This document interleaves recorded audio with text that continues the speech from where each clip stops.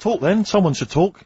It's obviously already a shambles. Can you believe that? I'm amazed that we're back on the air and it's already a shambles. What are you doing? What? What are you talking about? I'm talking. No one was speaking. The record was ending. No one was speaking. It was just. Well, I might shut off. Already, I might shut off. It's Been like busy. nothing's changed. Boys are back in town on XFM 104.9.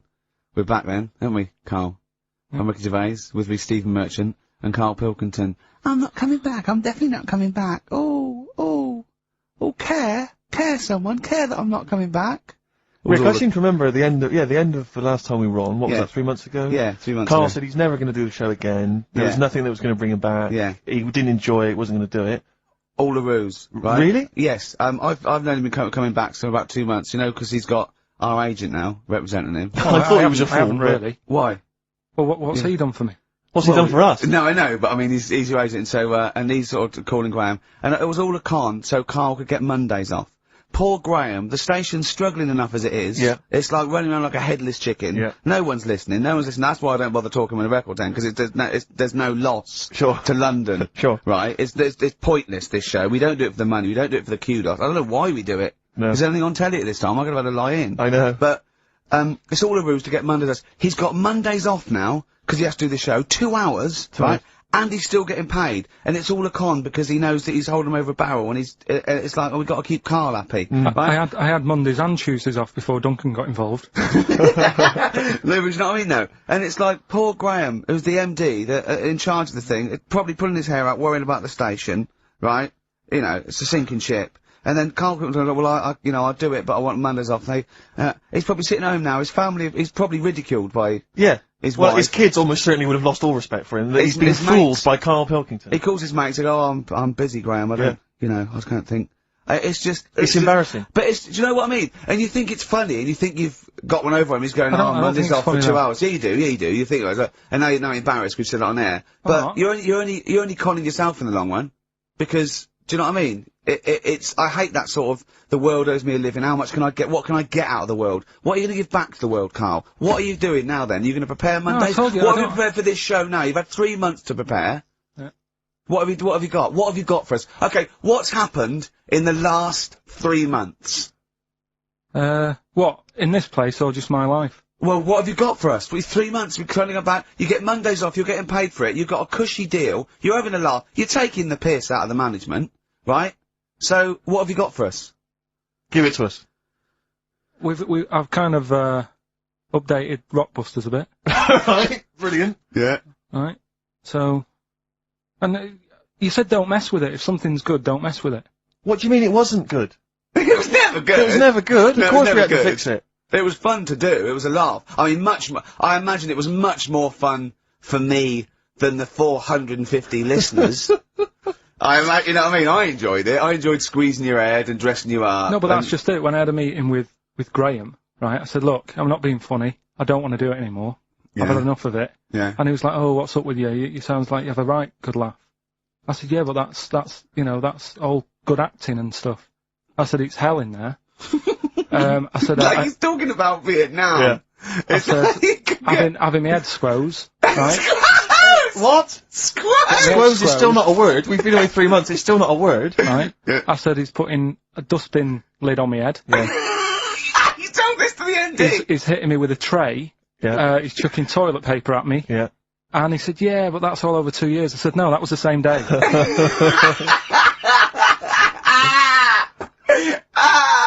Okay then, what has changed in 3 months? They're listening, they've been listening for 6 minutes now. Come on, give us something. Bit of Nickelback. What's happened in 3 days? Play a record and let him 3 think. months? What, in my life or in here? Nothing's happened here, nothing's changed here. Right. But, I don't know, do you know last time we were on? Yeah. Right? And, I was telling you about the woman over the road, where I live. The one that walked around naked? There's a woman who walks about the flat naked, This is when, Carl was watching a woman naked, then she looked at, saw him looking, so what he did, this is the genius he did to get out of this, he pulled his pants down, so he was naked too. His girlfriend comes in and goes, Carl, what are you doing? He went, I can't tell you now, but don't look out of the window. Yeah, go on, sorry. That woman, she's bought some blinds. Nickelback Someday on XFM 104.9. How old's the bloke from Nickelback? He looks about 40. It reminds me of, you know when a kid's made up a fate to look like a lion? Yeah. Do you know what I mean? It's like the Wizard of Oz lion. Yeah. But, you know, good tune. Not bad. Can I be controversial? I think rock rules the world again, Steve. Well, I'd hope so, mate. Do you know what I mean? Are we going to hear some rock later in the show? We're going to hear lots of rock. In fact, I might even play a little bit of Rainbow. Blimey. Just to, you know, rewind. We've got the darkness, but Sure. I want to remind them where it all came from. Yeah. You've heard the Liz. Yeah, yeah. You're going to hear the Bow. Cheers, mate. Thanks for that. No, just high five. Yeah. So, Carl. Keep it real. Here we are then. Oh, Back. incidentally, before we carry on. on, I just thought, it's weird, I was reading some of the fan emails and stuff we've got, and one of the things a lot of people like, it divides the listeners, is your laugh. It's interesting. Some people love it, they find it infectious, they find it adorable. I mean, close up in a small space, like a kitchen Terrifying. or something, it's annoying. Like, Horrific. Carl was annoyed, because I squeaked in his ear earlier, didn't I? Sure. Why did I laugh? He was on the toilet. I think I squeezed his head again, didn't I? And he said, no, it's not 1 o'clock He doesn't yet. like the squozing. The squozing head. But, yeah. but He's it the just- squozing one. The funny thing is, right, we were out a few weeks ago with a mate of mine, right, and he went to squeeze my head, right, give it a squoze, Sure. and I was like, don't do that, you know, I don't like it, right, and Ricky said to me, mate, yeah, he doesn't like having his head squoze, as if it's like Marmite, as if some people love it, Yeah, yeah. and some people hate it. Sure. Yeah, okay. Well, anyway, That's it, yeah.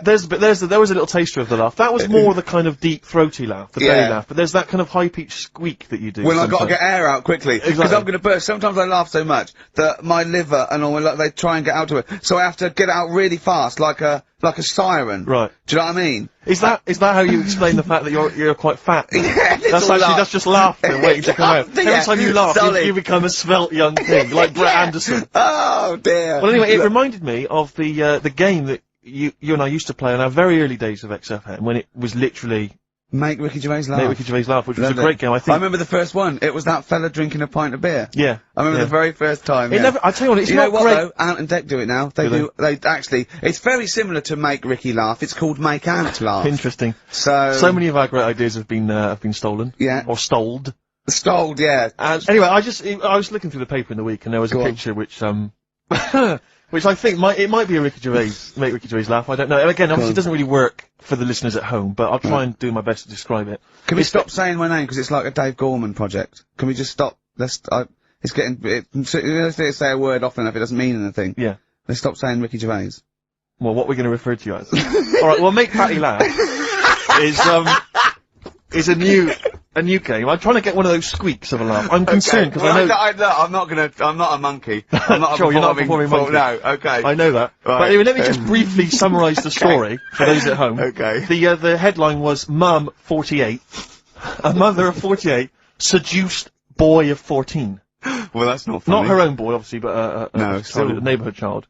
I don't think it's a funny said- story so far. He said Grand Lana Allen, 48, led him upstairs and undressed to her waist, then took his trousers off. Okay, bear that in mind. This is a quote from him, right? Bear in mind, he's a 14-year-old boy, he's quite excited about this. He says, then we had sex, it was every boy's fantasy. Alright? You're going to show me the picture of her now, aren't you? So it's a picture of her. Oh, this is not. Bear in mind, This is. in his okay. own words, Rick, Right. in his own words, this was every boy's fantasy. Okay. Here's the picture. It's a silent laugh. He's collapsed on the floor. I wasn't expecting. I was thinking it looked like a fat man. I was not expecting that. Oh my god. Oh god. She looks like the drummer of Iron Maiden. She looks a bit like Lemmy. But I tell you, she looks like reminds me of most. Did you see I those? don't think they've got one with a fag on as well. I know. It's just that's her with them out of makeup though. Carl, have you seen Every Boy's Fantasy? You should see. Oh god! Oh, Have a look, Carl.